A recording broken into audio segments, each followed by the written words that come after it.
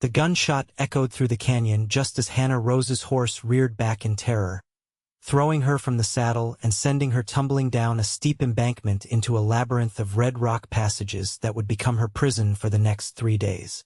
She hit the ground hard, pain exploding through her ribs as she rolled to a stop against a jagged boulder, the sound of her horse's panicked hooves fading into the distance above her.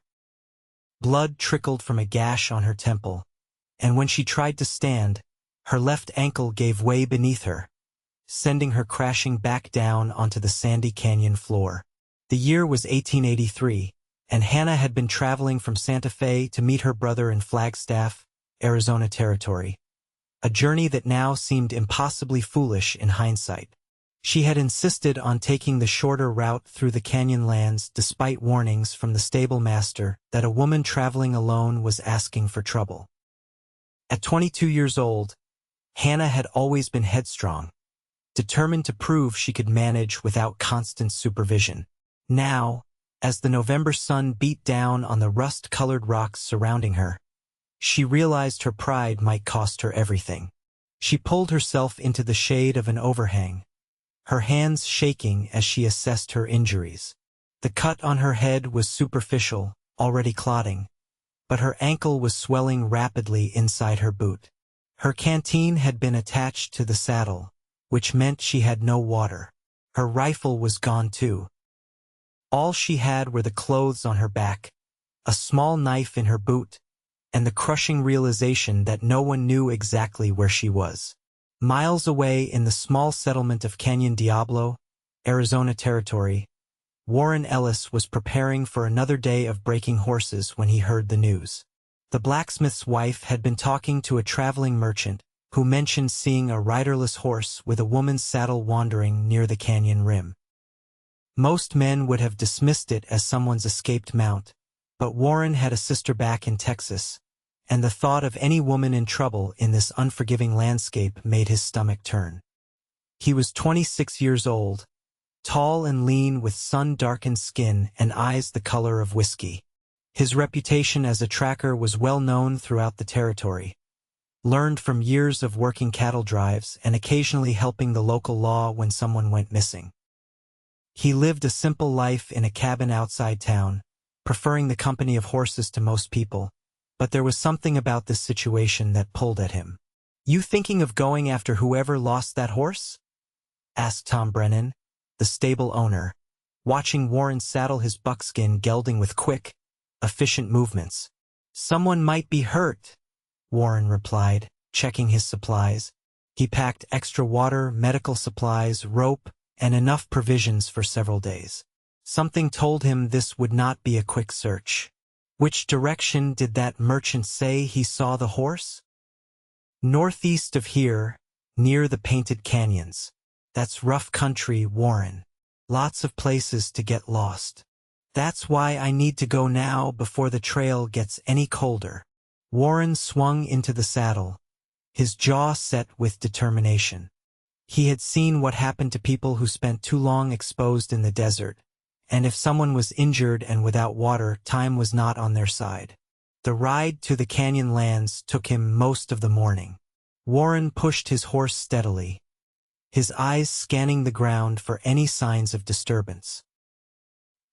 He found the riderless horse grazing near a cluster of juniper trees, and his chest tightened when he saw the saddle was indeed made for a woman, with a canteen and rifle still attached. No one would willingly abandon their water and weapon in this country. He dismounted and examined the area carefully. There were tracks showing where the horse had come from, and he followed them to the canyon rim where he found scuff marks in the dirt and small spots of blood on the rocks. His heart began to pound as he peered over the edge into the maze of passages below. The drop was not sheer, but it was steep and treacherous, with dozens of branching paths that could confuse even an experienced desert traveler. "Hello?" he called out, his voice echoing through the canyons. "Is anyone down there?" Only silence answered him, broken by the whistle of wind through the rocks. Warren tied both horses securely to a sturdy tree and began his descent, moving carefully down the rocky slope. He studied the ground as he went, looking for any sign of passage. A scrap of blue fabric caught on a thorny bush told him he was on the right track. The fabric was fresh, not yet faded by the sun. Meanwhile, Hannah had spent her first night in the canyon shivering despite her jacket, the temperature dropping dramatically once the sun disappeared. She had tried calling for help until her voice grew hoarse, but the only response was the distant howl of coyotes. By morning, her throat was painfully dry, and she knew she had to find water or she would not survive another day. She fashioned a crude crutch from a piece of dead wood and began hobbling through the passages, using the walls for support. The pain in her ankle was excruciating, but fear drove her forward. Every turn looked the same, endless walls of striated red and orange rock that seemed to mock her attempts at navigation. She tried to follow what looked like water-carved channels, hoping they would lead to a seep or spring. But as the day wore on and the sun climbed higher, her hope began to fade. By late afternoon, she found a small pool of water collected in a depression in the rock. It was muddy and likely contaminated, but she was beyond caring. She drank deeply, knowing it might make her sick but understanding that dehydration would kill her faster than any bacteria. The water helped clear her head slightly, and she began to think more strategically about survival. Warren had been searching for hours when he found her first real trail, a drag mark where she had pulled herself along the ground, accompanied by the impression of a makeshift crutch. His respect for her grew. She was injured but still fighting, still moving. He pushed on with renewed urgency as the afternoon shadows began to lengthen. "Miss!"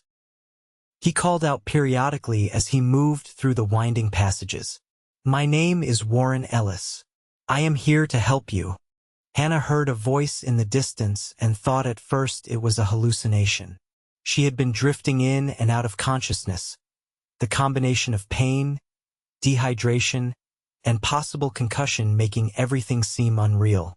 But the voice came again, clearer this time, and she forced herself to respond. "Here," she croaked, her damaged voice barely carrying.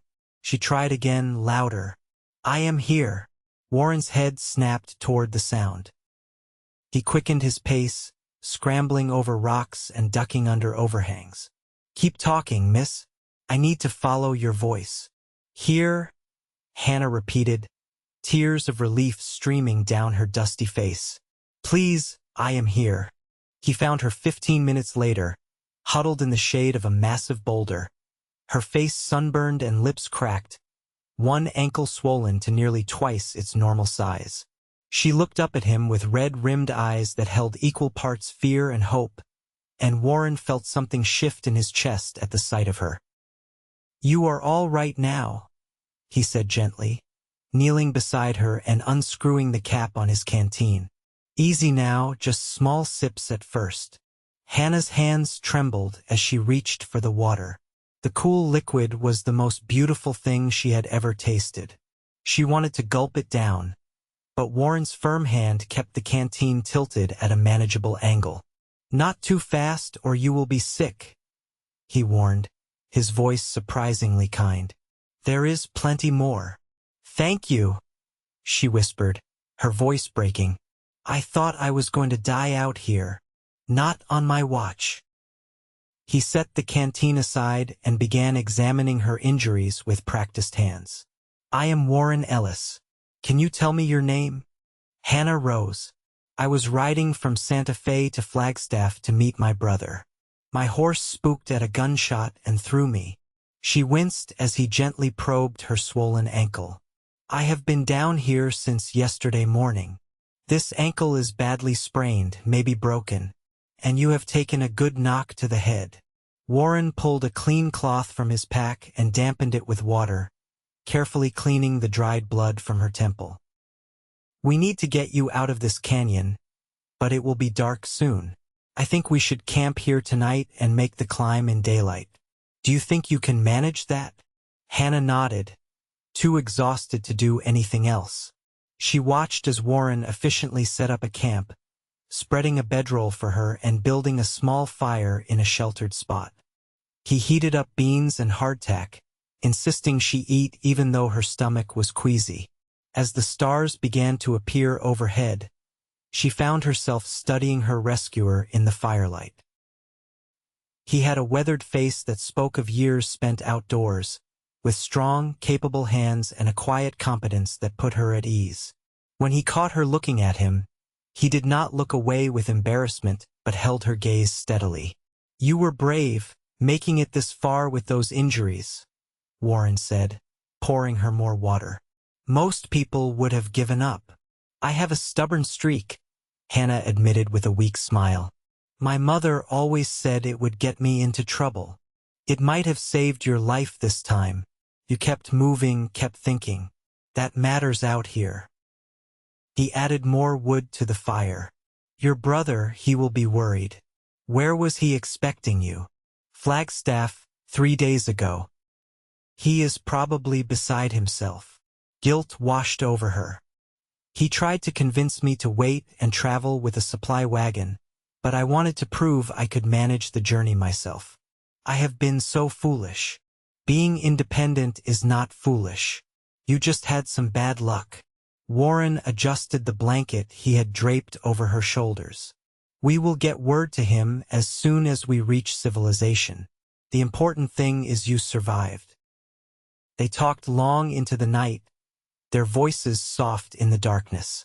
Hannah learned that Warren had come west from Missouri after his parents died, seeking a fresh start.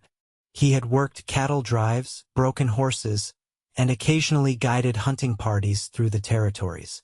He had never married, never really stayed in one place long enough to put down roots. "What about you?" he asked. "What brings you to Arizona territory?" "My brother owns a dry goods store in Flagstaff. He has been asking me to come help him run it for over a year now. After our parents passed last spring, there was nothing keeping me in Santa Fe anymore." Hannah pulled the blanket tighter around herself.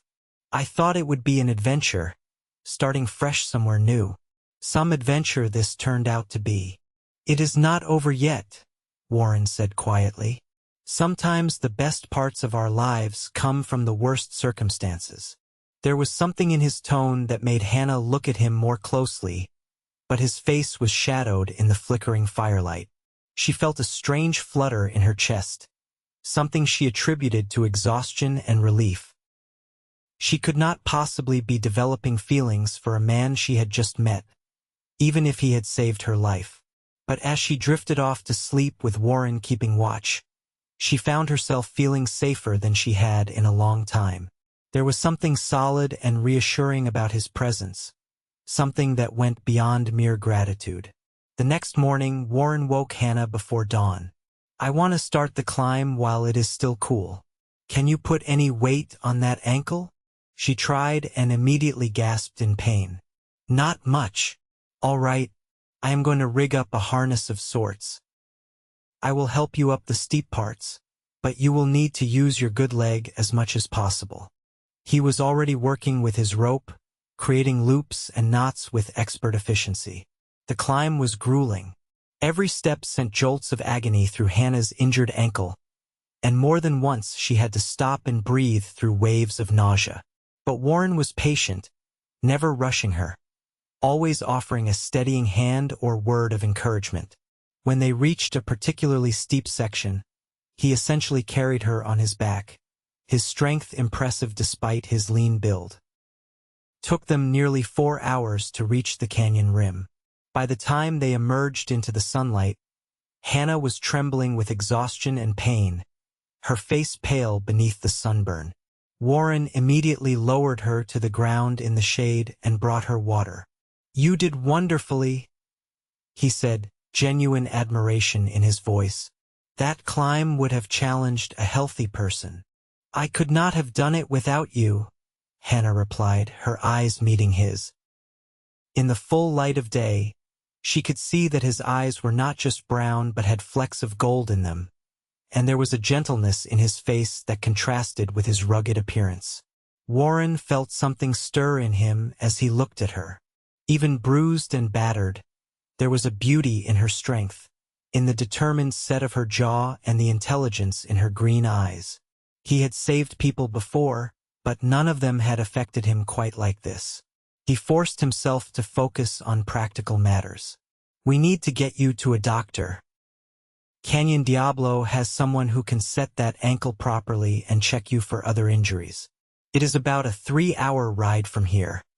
"I do not think I can ride," Hannah admitted, looking at the horses. "You will ride with me. I can hold you steady." Warren brought his buckskin over and mounted first, then carefully lifted Hannah up to sit in front of him, her injured leg supported and her back against his chest. His arms came around her to hold the reins, effectively cradling her. Hannah knew she should feel awkward or uncomfortable being held so intimately by a stranger, but instead she felt protected. She could feel the solid warmth of Warren's chest against her back, the steady rhythm of his breathing, the strength in the arms that held her secure. As they began the long ride back to town, she found herself relaxing against him, her head resting just below his chin. Warren was acutely aware of every point where their bodies touched. The faint scent of her hair, something floral beneath the dust and sweat, the delicate weight of her in his arms, the way she fit perfectly against him. He had held women before, but this felt different. This felt like something that mattered. They rode in comfortable silence for the first hour, both lost in their own thoughts. Finally, Hannah spoke. "I do not know how to thank you properly. You saved my life. You do not need to thank me. I am just glad I found you in time. But you did not have to come looking. Most people would not have bothered about a lost horse." Warren was quiet for a moment. "I have a younger sister back in Texas. She would be about your age now. I like to think if she were ever in trouble, someone would help her." "Would? You have not seen her." "Not in 5 years. We had a disagreement about her choice of husband. I thought he was no good, and I said so rather forcefully. She married him anyway, and told me not to come back until I could accept her decision." The old pain was evident in his voice. "I have been too proud to make the first move at reconciliation." Hannah twisted slightly to look at him. "Life is too short to let pride keep us from the people we love. After losing my parents, I learned that lesson hard. You should write to her, Warren. 5 years is too long." "Maybe you are right," he said softly, looking down at her upturned face. Their faces were very close now, and he could see the darker green ring around her irises, the dusting of freckles across her nose. Maybe this is a reminder that some things matter more than being right. They lapsed into silence again, but it felt charged with something new, something neither of them was quite ready to name. Hannah turned back around, but she remained leaning against him, and Warren's arms tightened slightly around her, protective and possessive in a way that surprised him. By the time they reached Canyon Diablo, it was early afternoon and Hannah was feverish. The combination of her injuries, exposure, and likely bad water had taken its toll. Warren carried her directly to the home of Dr. Samuel Chun, a Chinese physician who had earned the respect of the community through his skill despite facing considerable prejudice. Dr. Chun examined Hannah thoroughly while Warren paced in the outer room like an expectant father. Finally, the doctor emerged with his assessment. "The ankle is badly sprained but not broken. She has a moderate concussion, dehydration, and the beginning stages of what will likely be a gastric infection from contaminated water. She needs rest, clean water, and careful monitoring for the next several days." "Do you have somewhere she can stay?" Warren had not thought that far ahead. The town had no proper hotel, just a boarding house run by a widow named Mrs. Patterson who might have a room. But something made him say, "She can stay at my cabin. I have a spare room, and I can look after her." Dr. Chun raised an eyebrow but did not comment on the impropriety of the arrangement. "Very well. Keep her quiet and comfortable. I will prepare some medicines and instructions. Come collect her in an hour."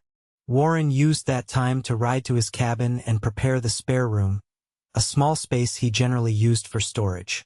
He cleared it out, set up a proper bed with clean linens, and tried to make it as comfortable as possible.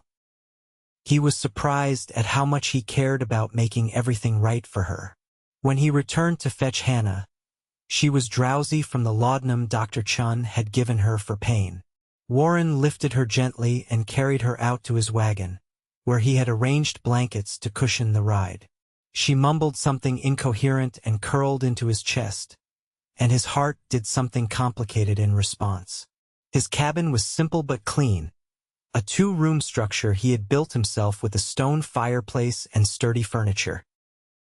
He carried Hannah to the spare room and settled her onto the bed, pulling a quilt up over her. She grabbed his hand as he started to pull away. "Stay," she murmured, her eyes barely open. "Please. I am not going anywhere," he promised, sitting on the edge of the bed. "I will be right outside if you need anything." But she did not release his hand, and after a moment, Warren stopped trying to leave. He sat there in the gathering dusk, holding the hand of a woman he had known for barely a day, and wondered how his life had suddenly become so complicated. Hannah slept fitfully that first night, her fever climbing. Warren stayed close, bathing her face with cool water and making her drink whenever she was conscious enough. By dawn, he was exhausted, but the fever had broken, and Hannah was sleeping more peacefully. He must have dozed off in the chair beside her bed, because he woke to find her watching him with clear eyes. "You stayed," she said softly. "I told you I would." He straightened, his back protesting from the awkward position. "How are you feeling?" "Like I was trampled by a horse and dragged through a canyon," she said with a weak smile. "But better than yesterday. Thank you for taking care of me. I will make you some breakfast. Dr. Chun said you should try to eat." Warren stood, suddenly aware of how intimate this all was, how improper. "Hannah, I know this arrangement is not conventional. If you would prefer to stay with Mrs. Patterson at the boarding house, I can arrange that." "Do you want me to leave?" she asked, something vulnerable in her eyes. "No," he admitted before he could stop himself. "No, I do not want that at all." "Then I will stay if you will have me, at least until I am well enough to travel to Flagstaff." Something in Warren's chest constricted at the thought of her leaving, but he merely nodded and went to prepare food. As he cooked eggs and biscuits, he tried to sort through his confused feelings. He was not a man given to flights of fancy or romantic notions. His life was practical, grounded, but something about Hannah Rose had gotten under his skin in a way he could not explain. Over the next 3 days, they fell into an easy routine. Warren would check on Hannah first thing in the morning, help her sit up, and bring her breakfast. He had fashioned a crutch for her so she could move about the cabin, though he insisted she spend most of her time resting. They talked for hours, sharing stories about their lives, their hopes, their regrets. Warren learned that Hannah loved to read, that she had a head for numbers and had kept the books for her father's carpentry business, that she sang when she thought no one was listening.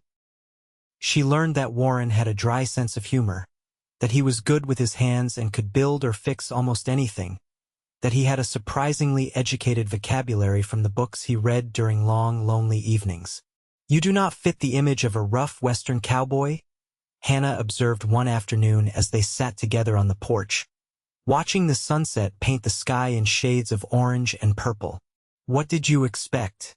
Someone who only talks about cattle and spits tobacco?" Warren asked, amused. "Maybe. Instead, I find someone who quotes Shakespeare and has opinions about agricultural reform." "I contain multitudes," he said with a slight smile. "As do you. You are not the helpless Eastern lady I expected to find. I grew up on the frontier, Warren. Santa Fe is not Boston. My mother taught me to shoot and ride as well as to read and sew. She believed women needed to be capable of anything. She sounds like she was a wise woman. I wish I could have met her. Hannah was quiet for a moment. I miss her terribly. And my father. They died in a cholera outbreak. 1 week they were fine, the next they were both gone. It happened so fast. Warren reached over and took her hand, lacing his fingers through hers. I am sorry. That is a heavy loss to bear. It is part of why I needed to leave Santa Fe. Everything there reminded me of them. I thought starting over somewhere new might help the grief feel less overwhelming. She looked down at their joined hands. I did not expect to nearly die before I even reached my destination, or to be rescued by someone like you. Someone like me? Someone kind. Someone who sees me as a person rather than a burden or an ornament. She turned to face him fully. Warren, I need to tell you something. I know I should leave soon, should get to my brother in Flagstaff. He must be worried sick. But I find myself not wanting to go. Warren's heart began to pound. Why not? Because of you, she said simply. Because in these few days, I have felt more alive, more seen and understood than I have in years. Because when I think about never seeing you again, something in me protests. Is that foolish? We barely know each other. If it is foolish, then I am a fool too, Warren said, bringing her hand to his lips and kissing her knuckles gently. Hannah, from the moment I found you in that canyon, something changed in me. I thought I was content with my solitary life, but now I cannot imagine going back to it. I cannot imagine not hearing your voice every morning or seeing you smile. What are we going to do? Hannah whispered.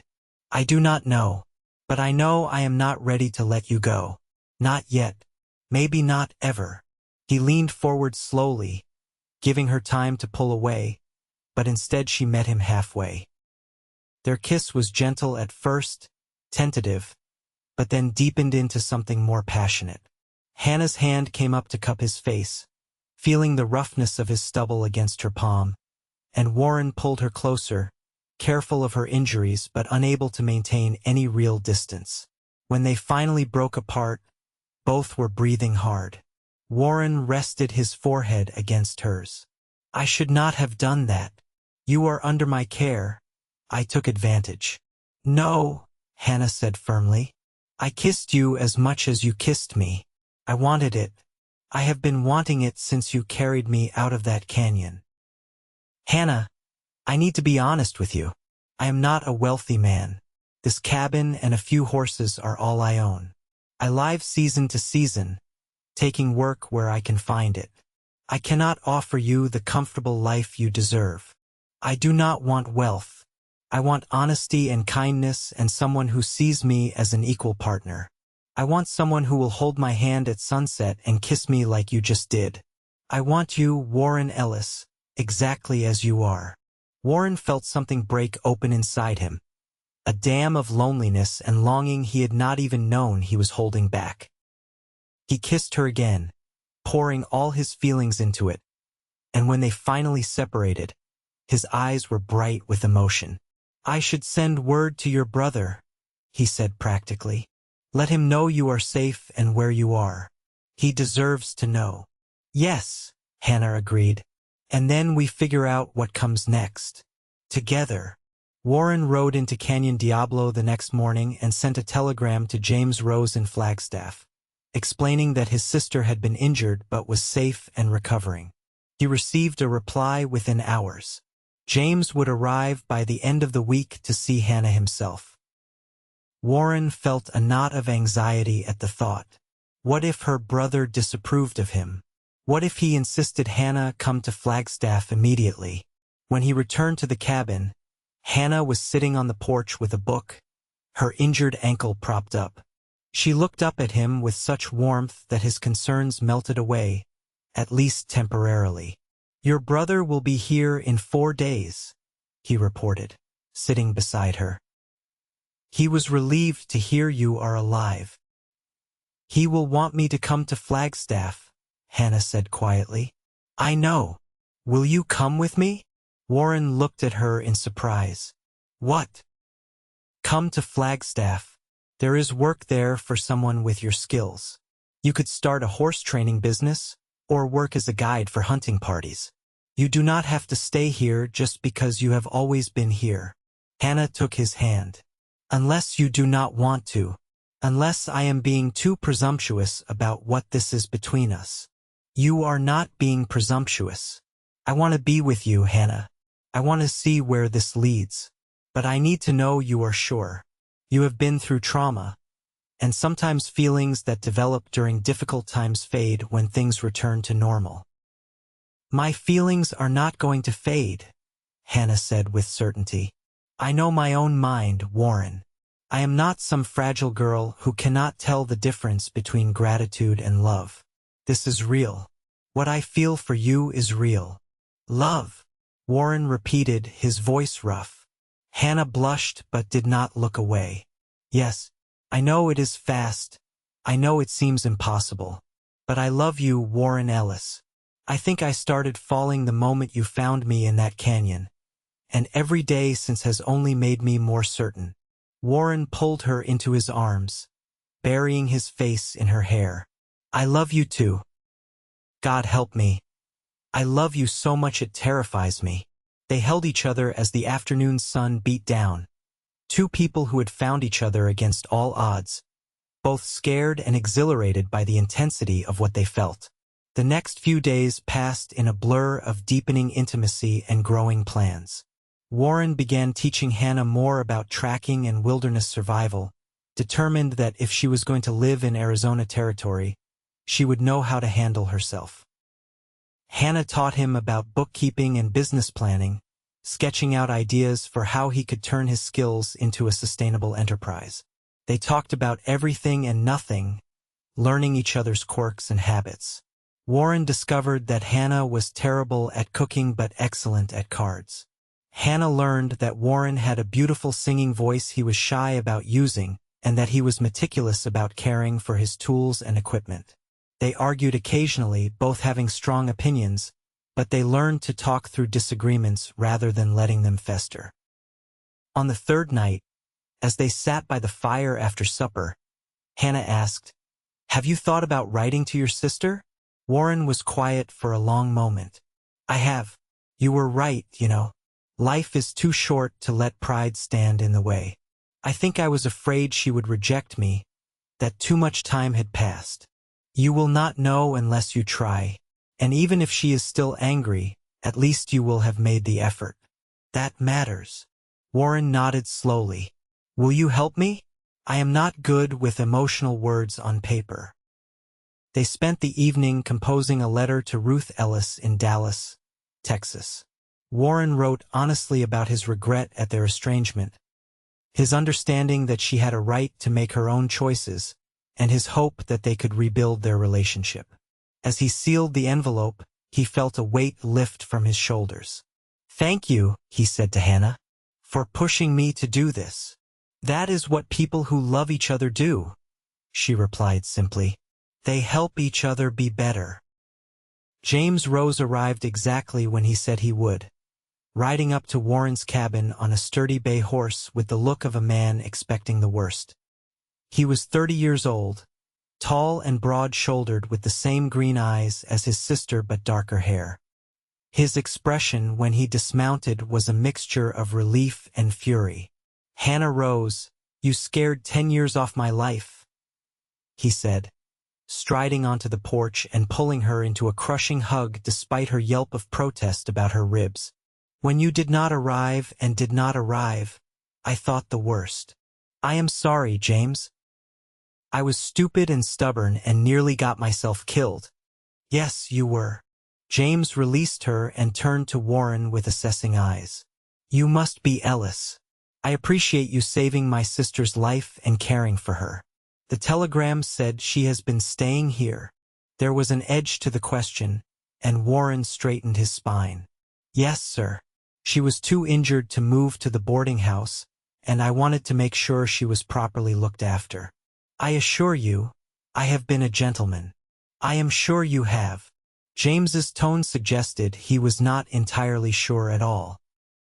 Hannah, go inside for a moment. I need to speak with Mr. Ellis privately. James, no. Whatever you need to say to Warren, you can say in front of me. Hannah. James's voice held the tone of an older brother who expected to be obeyed, but Hannah crossed her arms and did not move. I am not a child. I am a grown woman, and if you want to interrogate the man I love, you will do it with me present. James's eyebrows shot up. The man you love? Hannah, you have known him for less than a week. I know what I feel, and yes, I love him. He is a good man, James. The best man I have ever met.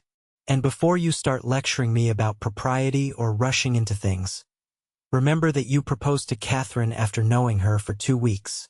That was different, James sputtered. How? Because you are a man? Because you were the one doing the choosing. Hannah moved to stand beside Warren, taking his hand. Warren saved my life, yes, but he has also shown me more respect and consideration than any man I have ever known. He has listened to my opinions, valued my thoughts, and never once treated me like a fragile thing to be managed.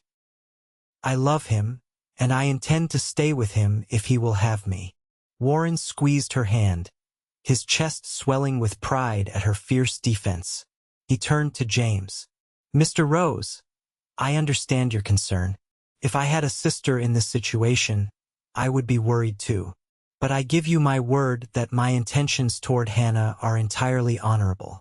I love her, and I want to build a life with her. I know I am not wealthy or socially prominent, but I am hardworking and honest, and I will spend every day of my life making sure she is happy and safe. James looked between them, taking in their joined hands and the way they stood together, a united front. Finally, he sighed. You really love him, Hannah? With all my heart. And you, Ellis? You are prepared to take on a woman as stubborn and opinionated as my sister. Warren smiled slightly. I would not want her any other way. James was silent for another long moment. Then his stern expression cracked into a reluctant smile. All right then, but I am going to be watching Ellis. If you hurt her, you will answer to me. That is fair, Warren agreed, extending his hand. James shook it firmly. The tension broken, they went inside and spent the evening talking. James shared news from Flagstaff and updates about his wife Catherine, who was expecting their first child in the spring. He told stories about Hannah as a girl that made her blush and protest while Warren listened with delight. By the time James prepared to leave the next morning, he seemed genuinely pleased with the situation. Come to Flagstaff, he urged them. Both of you. Catherine would love to meet you, Warren, and I meant what I said about there being opportunities there. The town is growing, and someone with your skills could do well. Plus, I would like to have my sister nearby, especially after nearly losing her. Warren looked at Hannah, who nodded encouragingly. We will come, he decided. Give us a week to settle things here, and we will follow you. After James left, Warren and Hannah spent the day making plans. Warren would sell his cabin and most of his possessions, keeping only what they would need for a new start. Hannah wrote letters to friends in Santa Fe, closing out that chapter of her life. They talked about the future with growing excitement, no longer two solitary people but partners building something together. That night, as they sat on the porch watching the stars, Hannah said, I have been thinking about the canyon, about how being lost there led me to you. It is strange how life works sometimes. Fate? Warren asked skeptically. He had never been one for mystical thinking. Maybe, or maybe just the universe reminding us that sometimes the worst moments lead to the best outcomes. If my horse had not thrown me, if you had not come looking, we would never have met. I would have missed the best thing that ever happened to me, Warren said, pulling her close. Although I could have done without you being injured and in danger. Hannah laughed. Fair enough. But we are here now together. That is what matters. They married a week later in a simple ceremony at the Canyon Diablo Church, with Dr. Chun and Mrs. Patterson as witnesses. Hannah wore a simple blue dress that Warren had purchased from the general store, and Warren wore his cleanest shirt and actually trimmed his beard for the occasion. It was not fancy or elaborate, but as they exchanged vows, both felt the weight and joy of the commitment they were making. I, Warren Ellis, take you, Hannah Rose, to be my lawfully wedded wife, Warren said, his voice steady and sure. I promise to love you, protect you, and stand by your side through whatever life brings us. I promise to value your mind as much as your heart, to listen when you speak, and to build a life with you based on respect and partnership. I make this vow freely and completely, from this day forward. Hannah's eyes filled with tears as she replied, I, Hannah Rose, take you, Warren Ellis, to be my lawfully wedded husband. I promise to love you with all that I am, to support your dreams, and to face life's challenges as your equal partner. I promise to bring laughter to your days and comfort to your nights, to value the man you are and the life we will build together. I make this vow freely and completely, from this day forward. When the preacher pronounced them husband and wife, Warren kissed Hannah with such tenderness that Mrs. Patterson actually sniffled into her handkerchief. They celebrated with a simple meal at the boarding house, and that night they consummated their marriage in the cabin that would soon no longer be theirs, two souls finding completion in each other. The journey to Flagstaff took 4 days. They traveled together on Warren's buckskin, Hannah now comfortable riding for hours pressed against her husband's chest. They camped under the stars, made love in their bedroll, and talked about their plans for the future. Warren was nervous about starting over in a new town, but Hannah's confidence in him was unwavering. Flagstaff was larger than Canyon Diablo, a lumber town in the ponderosa pine forests with a main street of businesses and actual hotels. James's store was prominently located near the center of town, a well-stocked establishment that clearly did good business. James and Catherine welcomed them warmly, Catherine immediately embracing Hannah and telling Warren he was now part of the family, whether he liked it or not. They stayed with James and Catherine for the first week while Warren looked for work and a place for them to live.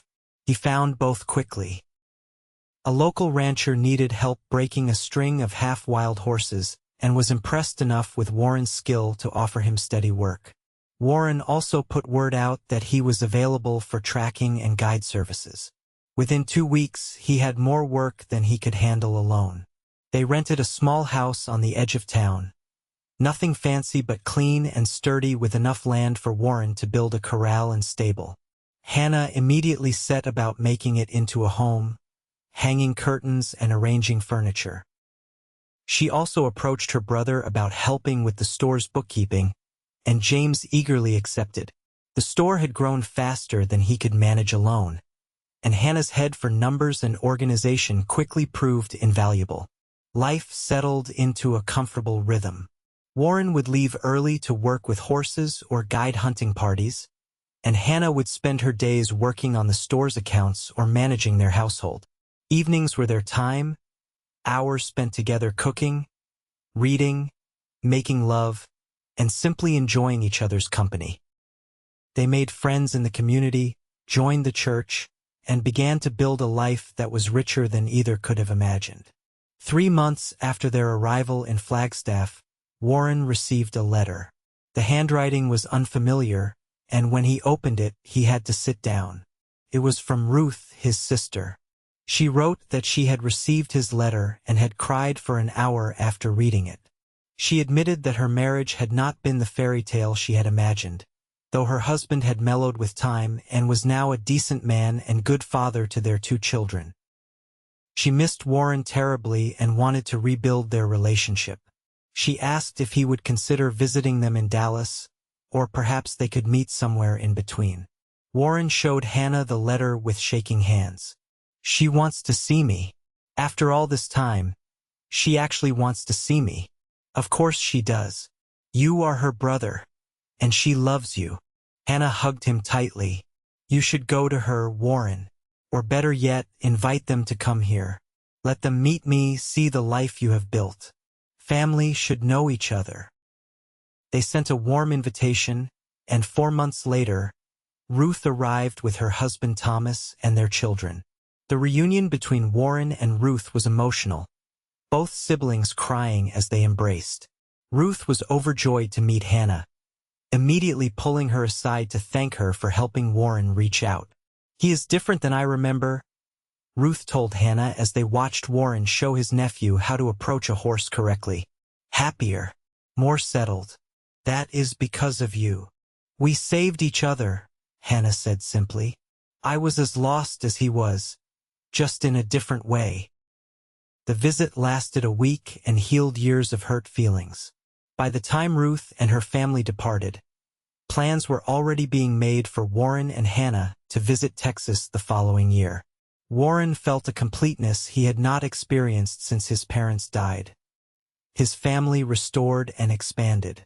As their first year of marriage approached, Hannah began to suspect she was pregnant. Dr. Weber, Flagstaff's physician, confirmed it. She was due in late autumn. Warren's reaction when she told him was everything she could have hoped for. He picked her up and spun her around despite her laughing protests, then immediately became overly protective, trying to forbid her from doing any work at all. "Warren Ellis, I am pregnant, not made of glass," Hannah scolded, though she was touched by his concern. "Women have been doing this since the beginning of time. I will be fine. But what if something happens? What if you fall or get hurt or... Then we will deal with it together, just like we deal with everything else." Hannah cupped his face in her hands. "I need you to trust me to know my own body and my own limits. Can you do that?" Warren took a deep breath and nodded. "I will try, but you have to promise to tell me if you need anything. If you are not feeling well, anything at all. I promise." The pregnancy was not easy. Hannah suffered from terrible morning sickness for the first 3 months and was exhausted all the time. Warren was attentive and patient, holding her hair when she was sick, bringing her crackers and ginger tea, taking over all the household chores without complaint. As she entered her second trimester and began to feel better, they both relaxed and started to enjoy the anticipation of becoming parents. They spent long evenings talking about what kind of parents they wanted to be, what values they wanted to instill in their child. Warren was determined to be present and involved, not like his own father who had been distant and stern. Hannah wanted to raise children who were independent and educated, who knew they were loved unconditionally. James and Catherine's baby, a girl they named Margaret, was born in April. Hannah spent hours with her new niece, practicing holding and soothing an infant. Warren watched her with such tenderness that Catherine pulled him aside one day. "You really love her, do not you?" Catherine asked.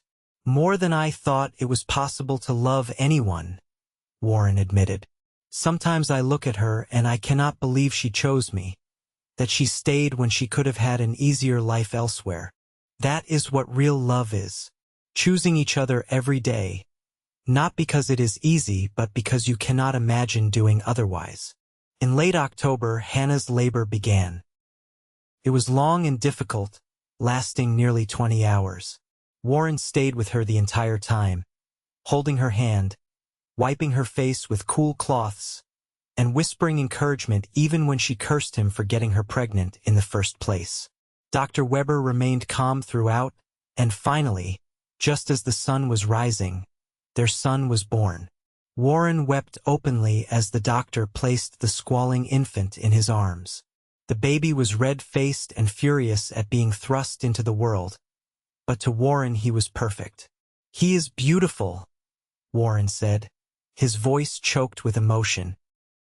"Hannah, he is perfect. Let me see him," Hannah said weakly, exhausted but elated. Warren placed their son in her arms, and she gazed down at the tiny face with wonder. "Hello, little one. We have been waiting for you." They named him William James Ellis, after Warren's father and Hannah's brother. William proved to be a demanding infant, colicky and prone to crying at all hours, but neither parent minded. They took turns walking him at night, both exhausted but filled with a joy that made the sleeplessness worthwhile. Warren discovered that he was a natural father. He was patient with the baby's crying, gentle in his handling, and completely unself-conscious about changing diapers or soothing William when he fussed. He would sit for hours just holding his son, marveling at tiny fingers and toes, whispering promises about the life they would give him. Hannah recovered slowly from the birth, and Warren took over most of her responsibilities at home and arranged for someone else to handle the store's books temporarily. He refused to let her do anything strenuous, and for once Hannah did not argue. She was content to spend her days nursing William and slowly regaining her strength. As William grew from a newborn to an infant, the household found its rhythm again. Warren returned to his work with horses, though he cut back his hours to spend more time at home. Hannah gradually resumed working on the store's accounts, bringing William with her and setting up a cradle in the back office. James and Catherine were doting aunt and uncle, and their daughter Margaret and William were raised almost as siblings. Life was not always easy. Money was sometimes tight, especially after a hard winter when work was scarce. William was followed 2 years later by a daughter they named Sarah Rose, and then 3 years after that by another son, Daniel. The house that had seemed perfectly adequate for 2 people became cramped with 5, and they had to add on 2 rooms. There were arguments and frustrations, sleepless nights and sick children, moments when both Hannah and Warren felt overwhelmed by the responsibilities of parenthood and running a household. But through it all, their love for each other remained the bedrock on which everything else was built. They made it a point to never go to bed angry, to always find time for each other even when the children were demanding, to remember that they were partners first and always. On their 5th wedding anniversary, Warren surprised Hannah by taking her back to Canyon Diablo. They left the children with James and Catherine and made the journey together, just the 2 of them. Warren led her to the canyon where he had found her, though they did not descend into it. "Why did you bring me here?" Hannah asked, looking out over the maze of rock passages where she had nearly died. "Because this is where our story started. This is where I found the most precious thing in my life." Warren pulled her close.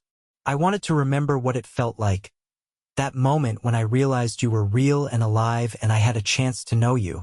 I wanted to thank this place, as strange as that sounds, for bringing us together."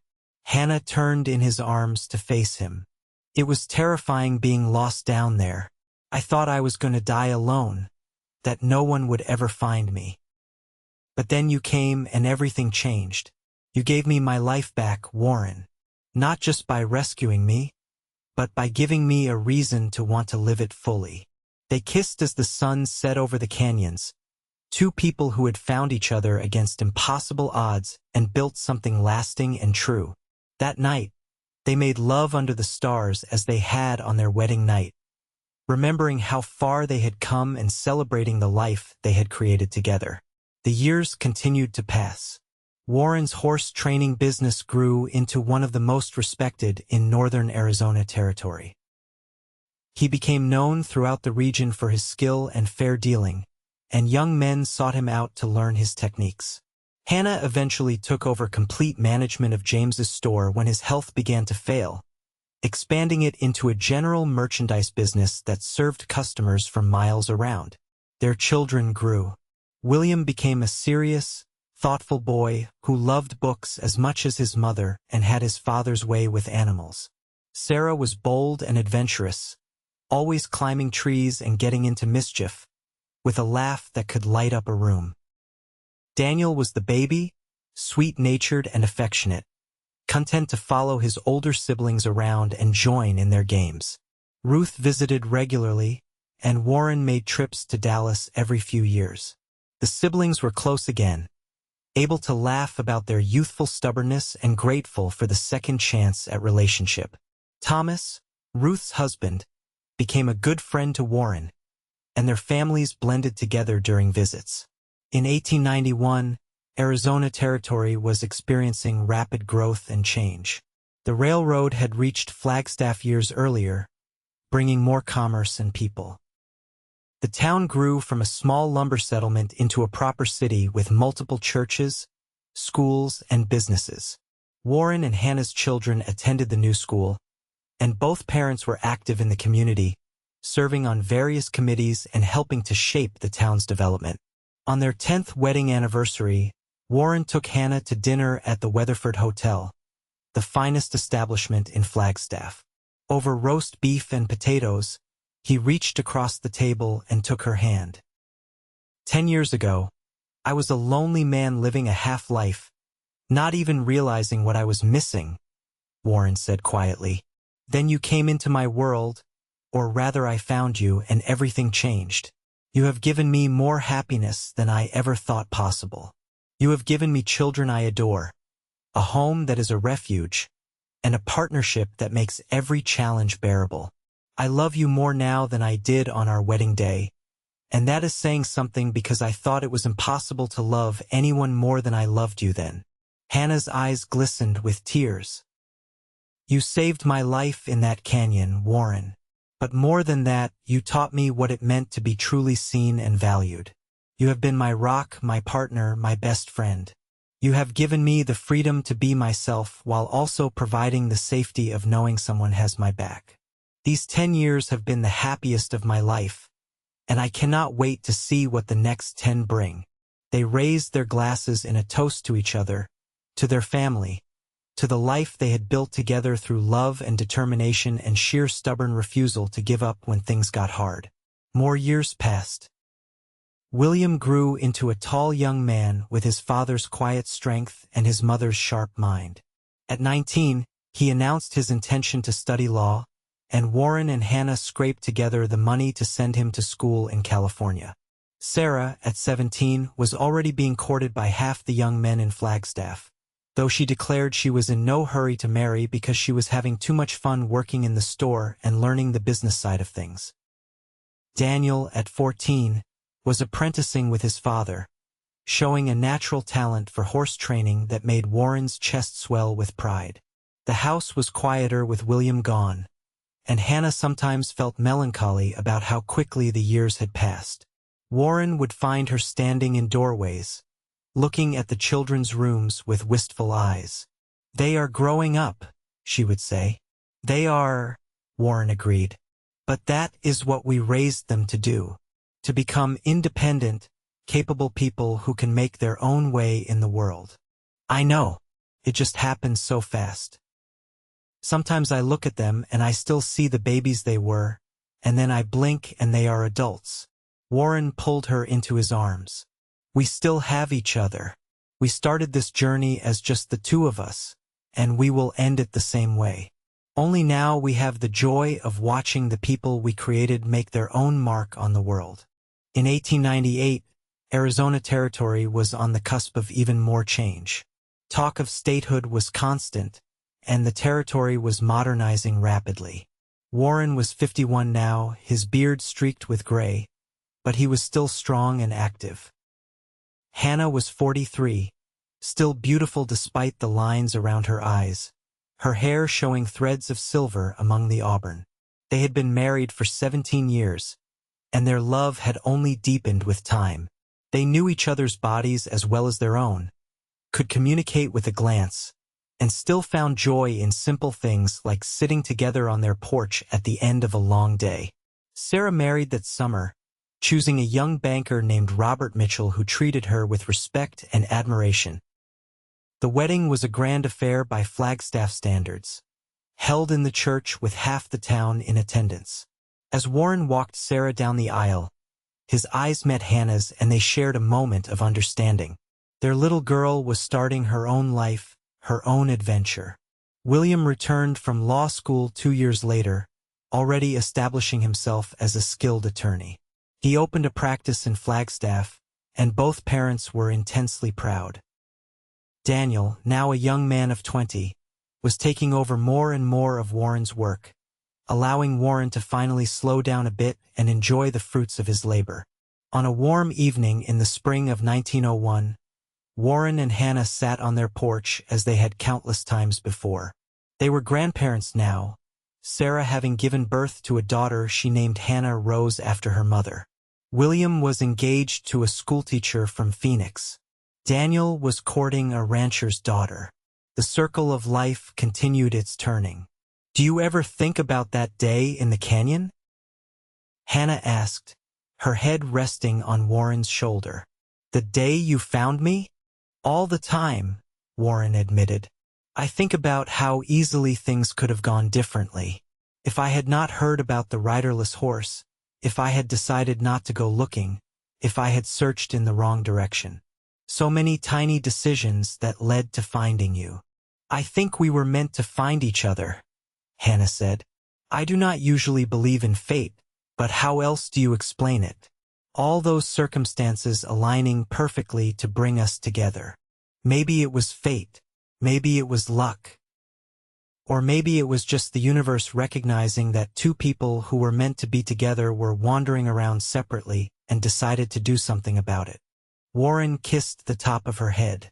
"Whatever it was, I will be grateful for it every day for the rest of my life."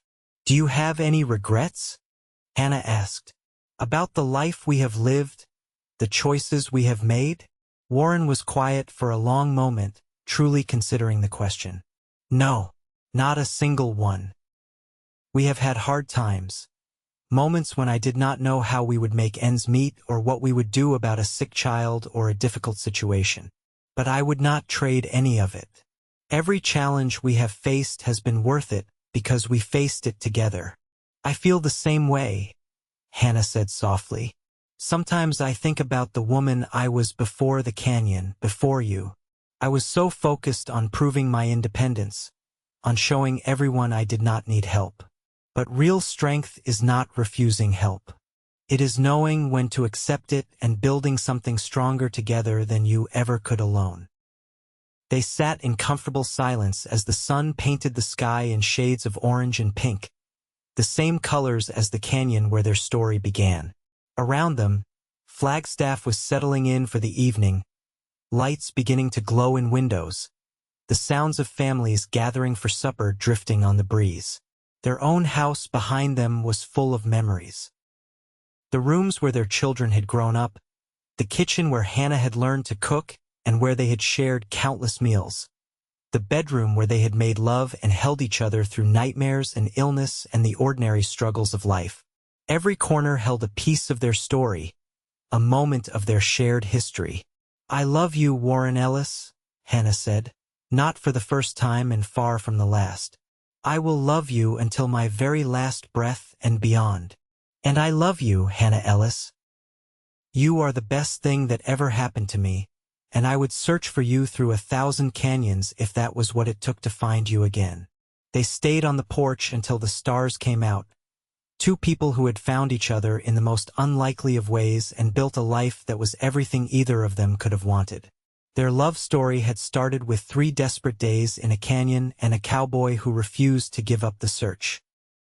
It continued through marriage and children, challenges and triumphs, moments of joy and sorrow that were all part of the rich tapestry of a life shared completely. As the years continued to advance, Warren and Hannah grew old together with grace and gratitude. They watched their grandchildren grow, celebrated their children's successes, and remained active in the Flagstaff community that had become their true home. They took walks together every evening when weather permitted, holding hands like newlyweds, still finding things to talk about after decades of marriage.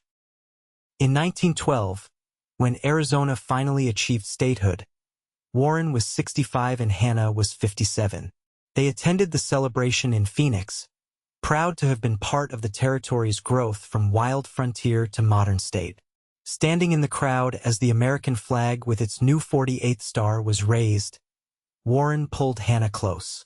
"We have seen a lot of changes," he murmured in her ear.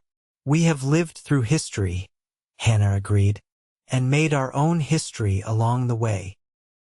They returned to Flagstaff, to the house they had shared for over 2 decades, to the life they had built brick by brick, moment by moment. The horse training business was now fully Daniel's, though Warren still helped out when asked. Hannah had retired from managing the store, turning it over to Sarah and Robert, who were expanding it even further. They had done their part, built their legacy. Now it was time to simply enjoy each other.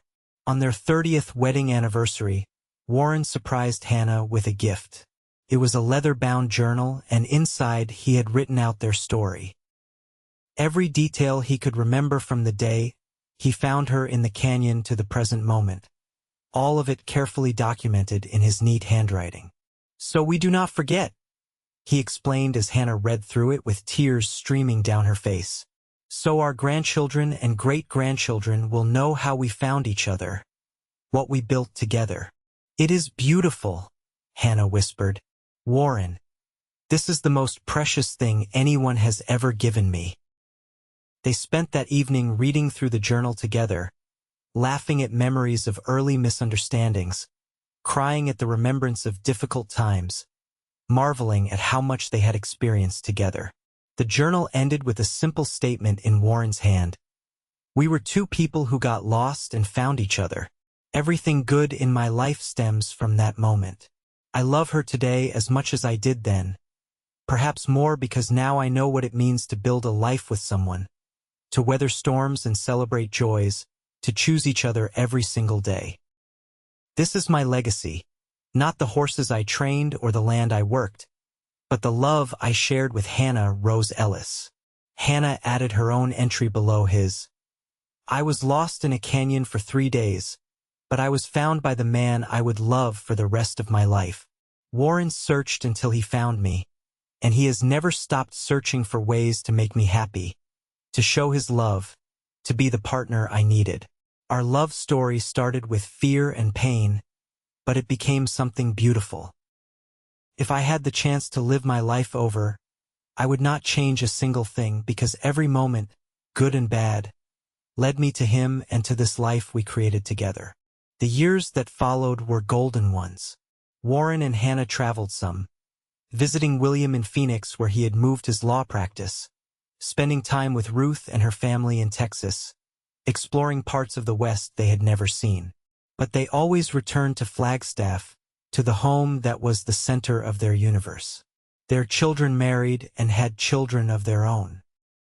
The family grew and expanded, but Warren and Hannah remained the heart of it, the foundation from which everyone else drew strength. Family gatherings were loud and chaotic, with grandchildren running everywhere and multiple generations sharing meals and stories. In those moments, surrounded by the people they had created and the love they had nurtured, both Warren and Hannah felt profoundly blessed. Warren's health began to fail when he was in his early 70s. Nothing dramatic, just the slow wearing down that comes with age. His joints ached, his energy waned, his memory sometimes faltered. But through it all, Hannah was beside him, just as he had been beside her through her own health struggles. They took care of each other with the practiced ease of people who had been doing it for decades. On a warm evening in the summer of 1918, Warren and Hannah sat on their porch as they had done thousands of times before. Warren was 71, Hannah 63. Their children were grown and successful, their grandchildren numerous and thriving. The world was in the midst of a terrible war, but their corner of it remained peaceful. "What are you thinking about?" Hannah asked, noticing Warren's distant expression. "About how lucky I have been. About how that day I decided to go looking for whoever lost that horse changed everything. About how grateful I am that I found you." "I am the lucky one," Hannah countered. "You saved my life, Warren. In every way a person can be saved." "We saved each other," Warren said firmly. "You gave my life meaning and purpose. You made me want to be better, do better. Everything good in my life flows from loving you." They held hands as the sun set, two people who had traveled life's journey together and had no regrets. Their love had been tested by time and circumstance, and it had not just survived but flourished. They had built something real and lasting, something that would echo through generations of the family they had created. Warren lived another 3 years, and when he finally passed peacefully in his sleep at 74, Hannah was holding his hand. She grieved deeply, as one would expect after losing a partner of over 40 years, but she also felt profound gratitude for the life they had shared. She lived another 7 years herself, surrounded by family, keeping Warren's memory alive through stories and the journal he had written. When Hannah died at 70 in 1925, she was laid to rest beside Warren in the Flagstaff Cemetery. Their headstone was simple: Warren Ellis, 1847–1921, and Hannah Rose Ellis, 1855–1925, with a single line beneath both names: "Love found in the canyon, lasting for eternity." Their children and grandchildren gathered at the grave, celebrating 2 lives well lived and a love story that had become family legend. The journal Warren had written was carefully preserved, passed down through generations as a reminder of what real love looked like, how it could survive anything when 2 people were truly committed to each other. The story of the woman who was lost 3 days in the canyon and the cowboy who searched until he found her became part of Flagstaff's history, told and retold over the years. But for those who knew Warren and Hannah personally, the real story was not about the dramatic rescue but about what came after. About 2 people who chose each other every day for over 4 decades, who built a life based on mutual respect and deep affection, who raised a family and contributed to their community and loved each other completely until their last breaths. Their legacy lived on in the children they raised, the grandchildren they doted on, the great-grandchildren they never met but who carried their values forward. It lived on in the businesses they built, the community they served, the love they modeled. Most importantly, it lived on in the truth they demonstrated through their lives.